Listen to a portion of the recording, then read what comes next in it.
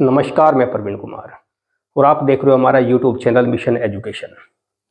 आज हम डिस्कशन करेंगे पार्टीशन ऑफ इंडिया अर्थात भारत के विभाजन के बारे में। 1947 आते आते भारत की परिस्थिति ऐसी हो गई थी कि भारत के एकीकरण को बनाए रखना लगभग असंभव हो गया था, क्योंकि मुस्लिम लीग की तुष्टीकरण की नीति, अटल रवैये और अलग पाकिस्तान की मांग पर अड़े रहने के कारण कम से कम उन परिस्थितियों में भारत को विखंडन से बचाना बेहद मुश्किल हो गया था। और ऊपर से देश के विभिन्न क्षेत्रों में चल रहे भीषण सांप्रदायिक दंगों के कारण हिंदुओं तथा मुसलमानों के मध्य अविश्वास की एक ऐसी खाई उत्पन्न हो गई थी जिन्हें तात्कालिक परिस्थितियों में पाट पाना लगभग असंभव हो गया था।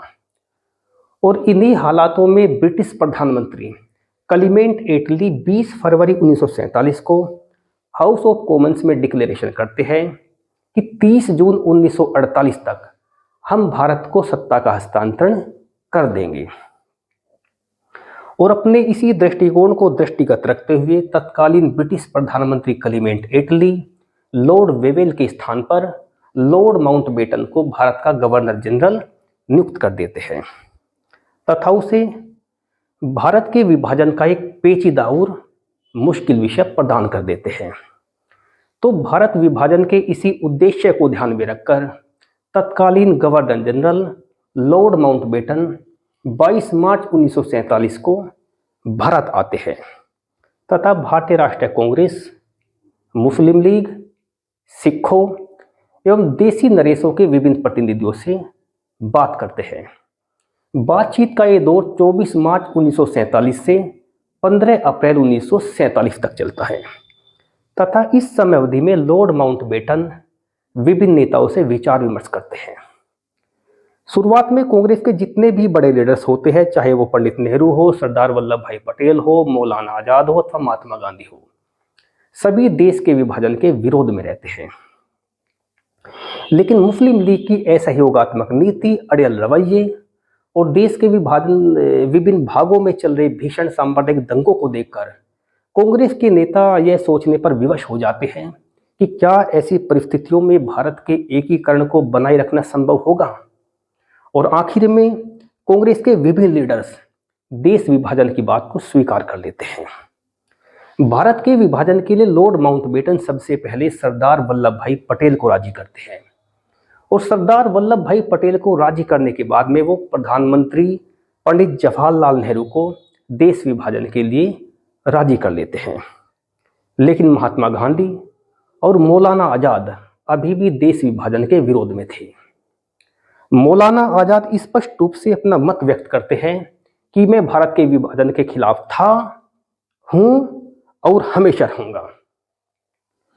महात्मा गांधी अपना दृष्टिकोण व्यक्त करते हुए बोलते हैं कि भारत का विभाजन मेरी लाश के ऊपर होगा और जब तक मैं जीवित हूं भारत के विभाजन के खिलाफ हमेशा रहूंगा, और अगर मेरा वश चलता है तो कांग्रेस को भी कभी भी भारत विभाजन के लिए राजी नहीं होने दूंगा। महात्मा गांधी के साथ में लॉर्ड माउंटबेटन की मुलाकात होती है 2 अप्रैल 1947 को।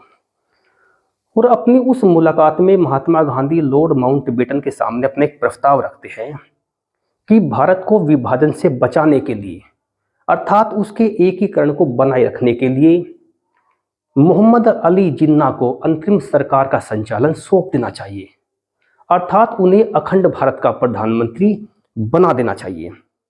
लेकिन महात्मा गांधी के इस वक्तव्य की कांग्रेस वर्किंग कमेटी में तीव्र भर्त्सना होती है और सरदार वल्लभ भाई पटेल तथा पंडित नेहरू के साथ साथ कांग्रेस के सभी बड़े लीडर्स महात्मा गांधी के प्रस्ताव को सिरे से खारिज कर देते हैं।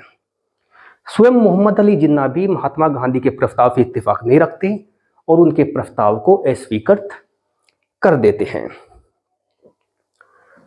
तो 15 अप्रैल 1947 तक लॉर्ड माउंटबेटन भारत के सभी बड़े नेता पंडित जवाहरलाल नेहरू, सरदार वल्लभ भाई पटेल, महात्मा गांधी, राजेंद्र प्रसाद, मौलाना आजाद, JB कृपलानी, लियाकत अली खान, मोहम्मद अली जिन्ना, सरदार बलदेव सिंह, मास्टर तारा सिंह और देसी रियासतों के विभिन्न प्रतिनिधियों से बात करते हैं और उनसे विचार विमर्श करने के बाद में अप्रैल के आखिर में वे ब्रिटेन रवाना हो जाते हैं। और ब्रिटेन में जाने के बाद में लॉर्ड माउंटबेटन ब्रिटिश पार्लियामेंट को अपनी प्लानिंग के बारे में बताते हैं तथा उनके साथ में विचार विमर्श करते हैं। तो ब्रिटिश पार्लियामेंट के साथ विचार विमर्श करने के बाद में 31 मई 1947 को लॉर्ड माउंटबेटन भारत वापस आ जाते हैं। और भारत वापस आने के बाद में लॉर्ड माउंटबेटन 3 जून 1947 को भारतीय स्वतंत्रता अधिनियम 1947 को पेश करते हैं, जिसे माउंटबेटन प्लान अथवा बालकन प्लान भी कहा जाता है। और इस प्लान में स्पष्ट प्रावधान होता है कि हिंदुस्तान का विभाजन भारत तथा पाकिस्तान डोमिनियन के मध्य होगा तथा भारत का संविधान भारत के उस भाग पर लागू नहीं होगा जो भाग पाकिस्तान के हिस्से में आएगा। इसका मतलब यह होता है कि भारत तथा पाकिस्तान के लिए अलग अलग संविधान सभा का निर्माण होगा जो अपने अपने राष्ट्र के लिए संविधान का निर्माण करेगी। जो हिंदू बाहुल्य प्रांत थे वो भारत के हिस्से में आएंगे और जो मुस्लिम बाहुल्य प्रांत थे वो पाकिस्तान के हिस्से में आएंगे। और जिन प्रांतों में मिश्रित पॉपुलेशन है उसका विभाजन जनमत संग्रह के आधार पर होगा। और जो देसी रियासत है उन्हें अपने हिसाब से, अपनी राय के हिसाब से भारत में अथवा पाकिस्तान में किसी भी एक में सम्मिलित होने का पूरा पूरा अधिकार होगा। और अगर उनकी इच्छा हो तो वे अपनी स्वतंत्रता को बनाए भी रख सकते हैं। ऐसा प्रावधान माउंटबेटन प्लान में था। तो उस समय भारतीय राष्ट्रीय कांग्रेस तथा मुस्लिम लीग दोनों ही माउंटबेटन प्लान को एक्सेप्ट कर लेती है। और माउंटबेटन प्लान को एक्सेप्ट करने के बाद में 10 जून 1947 को मुस्लिम लीग की नई दिल्ली में बैठक होती है। उस बैठक में मुस्लिम लीग के लगभग 400 सदस्य होते हैं और भारी बहुमत से भारत विभाजन के प्रस्ताव को एक्सेप्ट कर लिया जाता है। उस बैठक में मुस्लिम लीग के केवल 10 सदस्य ऐसे होते हैं जो भारत विभाजन के प्रस्ताव का विरोध करते हैं, बाकी सभी समर्थन करते हैं। मुस्लिम लीग के भारत विभाजन के प्रस्ताव को स्वीकार करने के बाद में 14 जून 1947 को नई दिल्ली में ही कांग्रेस की बैठक होती है। उस बैठक की अध्यक्षता करते हैं तत्कालीन कांग्रेस के राष्ट्रीय अध्यक्ष जेबी कृपलानी। और उस सभा में भारत विभाजन का प्रस्ताव पंडित गोविंद वल्लभ पंत प्रस्तुत करते हैं, जिसे महात्मा गांधी, पंडित जवाहरलाल नेहरू, मौलाना आजाद और सरदार वल्लभ भाई पटेल के द्वारा समर्थन किया जाता है। मौलाना आजाद स्पष्ट करते हैं कि कांग्रेस वर्किंग कमेटी का फैसला सही फैसला नहीं है, लेकिन हमारे पास और कोई विकल्प नहीं है। लेकिन हैरानी वाली बात यह थी, कांग्रेस के इन बड़े बड़े लीडर्स के समर्थन के बावजूद भी उस सभा में भारत विभाजन का प्रस्ताव आसानी के साथ स्वीकार नहीं होता। और कांग्रेस के कई बड़े लीडर्स खुल्लम खुल्ला उसका विरोध करते हैं। सिंध कांग्रेस के नेता चौथा मिंटवानी, पंजाब कांग्रेस के नेता सैफुद्दीन किचलू, राजश्री पुरुषोत्तम दास टंडन और हफीजुर रहमान बड़े जोर शोर के साथ में भारत विभाजन के प्रस्ताव का विरोध करते हैं। तथा उस सभा में 108 सदस्य ऐसे होते हैं जो या तो भारत विभाजन के प्रस्ताव का विरोध करते हैं अथवा सभा से वॉकआउट कर जाते हैं। लेकिन फिर भी गांधी, पटेल, नेहरू और आजाद के समर्थन के कारण भारत विभाजन के उस प्रस्ताव को उस सभा में स्वीकृत कर लिया जाता है। तो जब भारतीय राष्ट्रीय कांग्रेस तथा मुस्लिम लीग दोनों के द्वारा ही भारत विभाजन के प्रस्ताव को स्वीकार कर लिया जाता है, तो पश्चिम उत्तर सीमांत प्रांत के एक बड़े नेता होते हैं खान अब्दुल गफ्फार खान, जिन्हें 1988 में तत्कालीन भारत सरकार ने भारत रत्न भी प्रदान किया था। वे स्पष्ट करते हैं कि हम भारत संघ अथवा पाकिस्तान संघ में किसी में भी सम्मिलित नहीं होंगे। और वो तत्कालीन भारतीय गवर्नर जनरल लॉर्ड माउंटबेटन के सामने एक प्रपोजल रखते हैं और कहते हैं कि जिस प्रकार से हिंदुस्तान का पार्टीशन भारत तथा पाकिस्तान के मध्य किया गया, उसी प्रकार से पठानों के लिए एक अलग पख्तूनिस्तान का निर्माण किया जाए जिसमें उत्तरी पश्चिमी सीमांत प्रांत सम्मिलित हो। लेकिन लॉर्ड माउंटबेटन खान अब्दुल गफ्फार खां के इस प्रस्ताव को सिरे से खारिज कर देते हैं तथा जनमत संग्रह का आदेश जारी कर देते हैं। जब लॉर्ड माउंटबेटन उत्तरी पश्चिमी सीमांत प्रांत में जनमत संग्रह का आदेश देते हैं तो खान अब्दुल गफ्फार खां उस जनमत संग्रह के प्रस्ताव का बहिष्कार कर देते हैं, जिसका लाभ उठाकर मुस्लिम लीग फर्जी मतदान और धन बल का प्रयोग करके जनमत संग्रह को पाकिस्तान के पक्ष में दिखा देते हैं। इस प्रकार से उत्तरी पश्चिमी सीमांत प्रांत का पाकिस्तान में विलय हो जाता है और वो क्षेत्र पाकिस्तान को प्राप्त हो जाता है। उसके फिर बाद में लॉर्ड माउंटबेटन जब भारत विभाजन के प्रस्ताव को कांग्रेस तथा मुस्लिम लीग दोनों ही स्वीकृत कर लेती है तो उस प्रस्ताव को लेकर लॉर्ड माउंटबेटन ब्रिटेन चले जाते हैं तथा 4 जुलाई 1947 को ब्रिटिश संसद के समक्ष वो प्रस्ताव रख देते हैं और इस प्रस्ताव को 15 जुलाई 1947 को हाउस ऑफ कॉमन्स, 16 जुलाई 1947 को हाउस ऑफ लॉर्ड्स और 18 जुलाई 1947 को ब्रिटिश सम्राट के द्वारा सिग्नेचर करके एक्सेप्ट कर लिया जाता है। इस प्रकार से अंतिम रूप से माउंटबेटन प्लान स्वीकृत हो जाता है।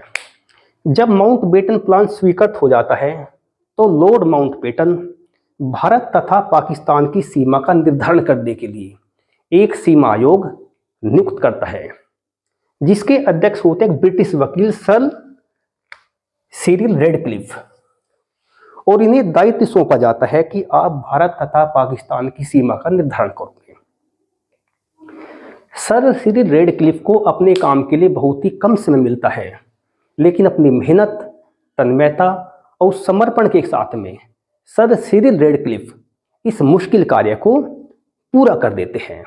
इस प्रकार से भारत तथा पाकिस्तान के मध्य सीमाओं का निर्धारण हो जाता है एवं प्रांतों का बंटवारा भी हो जाता है। भारत के तत्कालीन 11 प्रांतों में से संयुक्त प्रांत, मध्य प्रांत, बंबई, बिहार, उड़ीसा तथा मद्रास पूर्ण रूप से भारत को मिल जाते हैं। सिंध प्रांत पाकिस्तान के हिस्से में आता है। असम के सिलहट जिले पाकिस्तान को प्राप्त होते हैं और शेष असम भारत को प्राप्त होता है।